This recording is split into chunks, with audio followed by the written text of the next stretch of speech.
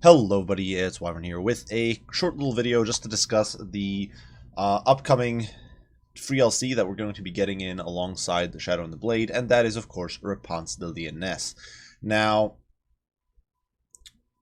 she is the 4th Legendary Lord for Bretonnia. She is going to be present in Vortex as well as in Mortal Empires. And all in all, does look to be a decent addition for the faction.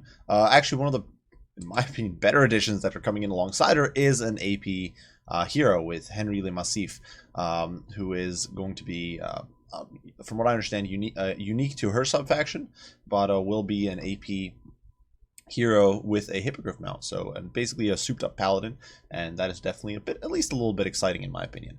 As for Joan of Arc, Repanse de Lyonesse here, she is of course a great sword wielding lord. Now does have AP. She's not does have some, honestly, she does have some decent combat stats from what I've seen, but a lot of her perks really revolve around how she soups up Bretonnian infantry and Bretonnian foot units, so I think that's pretty cool. We don't really see that, or we haven't really seen that yet with Bretonnia. The closest to that sort of supporting, well, all of them have some little bits of support, all the Bretonnian characters really, but none of them are really specialized in supporting infantry. Most of them synergize much better with Cav, as they really should, I guess. But yeah, Prance is exception to that. Now, there isn't much to be said for her. She comes in with she does come in with a faction labeled the Chevaliers de Lyonesse, and she does deploy in the Southlands, so that is a bit of a difference. We will explore the start positions in just a second.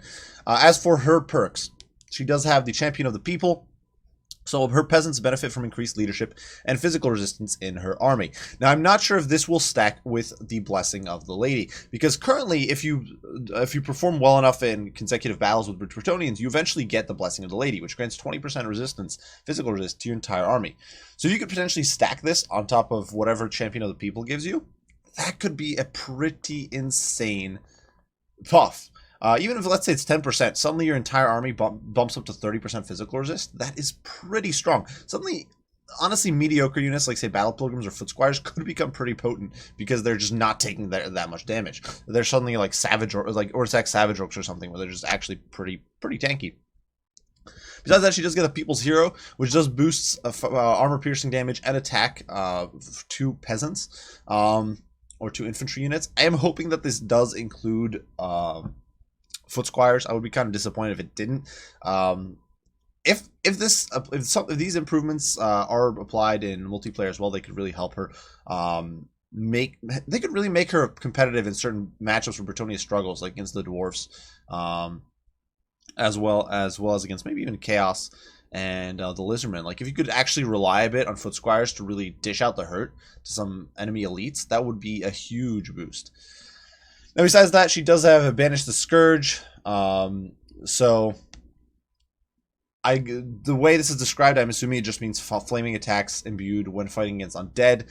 Honestly, kind of a meh improvement. Like, unless it comes with like magic damage as well. But getting fire damage against undead is kind of meh. People often say, oh, undead have a lot of regening units. They really don't have that many. You have like Crypt Horrors and Vargulfs for vampire counts. And as far as like mainline combat units with regen go, which are not that great or difficult for Bretonnia to deal with in the first place. The Tomb Kings had their lords are vulnerable to fire, but that's about it. I guess I should mention the Striga Ghoul Kings are also vulnerable to fire, so that will make Repanse a better duelist, I guess, against their lords. But as far as units go, there aren't really many. The Tomb Kings don't have any units, I think, that are actually vulnerable to fire. Not off the top of my head, anyway, except I guess the Kepler Guard, but that's a very limited niche there. And Vampire Coast also doesn't really have much that regens off the top of my head, because Morngulls have the hunger, not regen. So it's yeah, I'm not sure how useful that really is. Fire damage is kind of a very specific ability, and if it at least worked against everybody, okay, but against just undead, it's kind of meh. Well, whatever. The rest of it seems decent enough.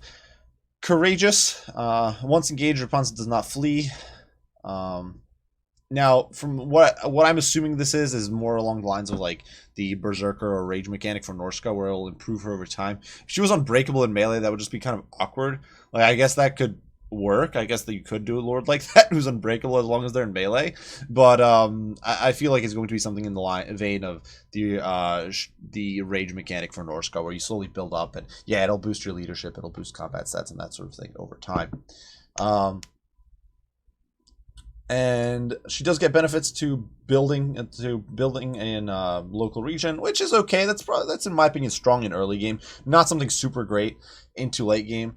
But in early game, when your lord is probably sitting tight in a small region, definitely pretty strong. And then Sword of Lyonesse, where you drain the magical defenses of enemy foes while affording Repanse deadly buffs to combat prowess. And I'm not entirely sure what this means with the draining magical defenses.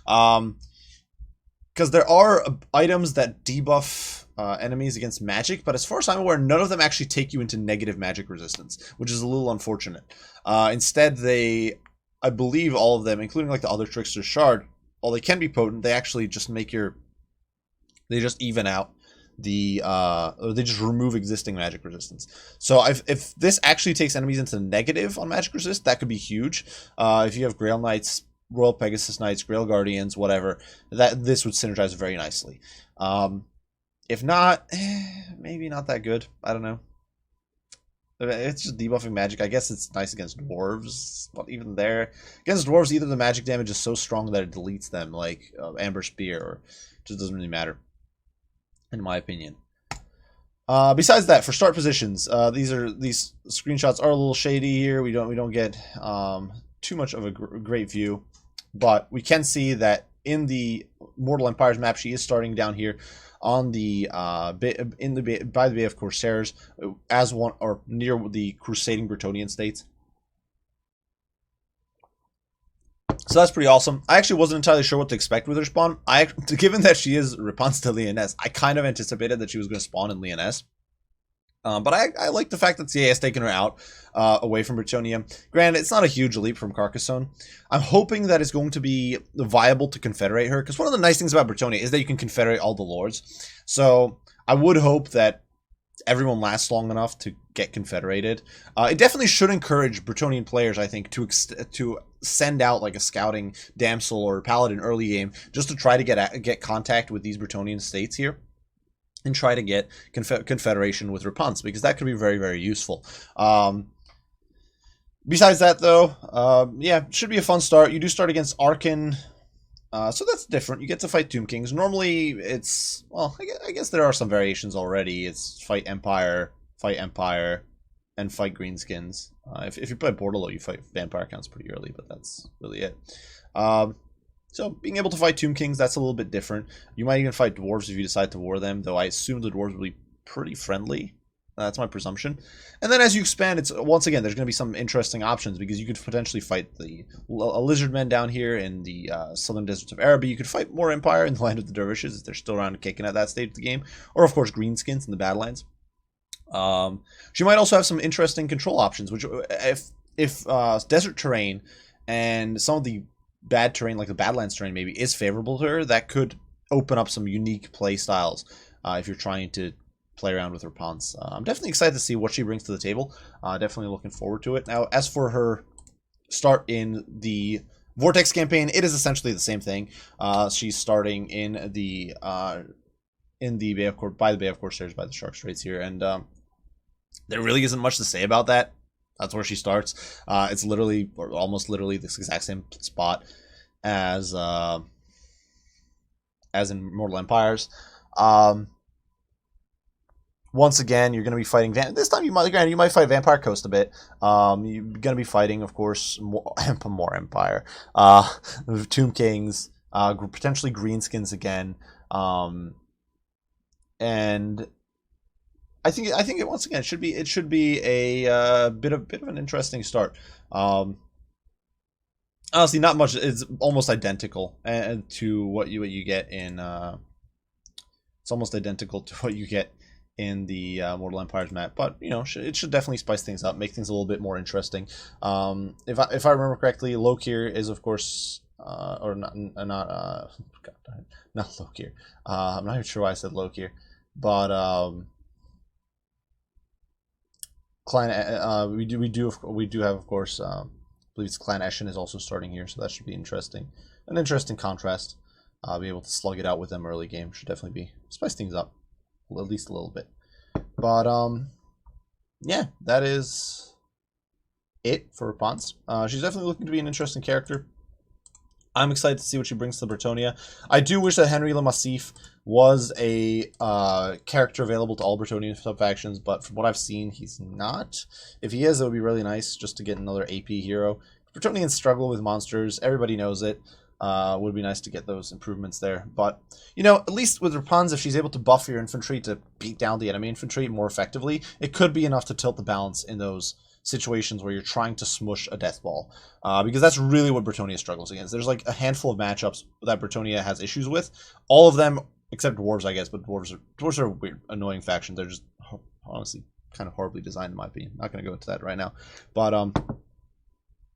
yeah. Besides that, the specific issue is always death balls of halberds plus big monsters, big armored monsters, and hopefully Repanse can help break that deadlock a little bit, help Bretonnia in those situations so they don't have to be super gimmicky with like Lewin and Hippogriff Knights or Bordello and Hippogriff Knights, but we will see. Either way, I hope you guys enjoyed. Certainly leave your comments, critiques, and thoughts down below. I'd honestly love to hear what you guys have to think. Are you guys excited for Repanse? I honestly kind of am.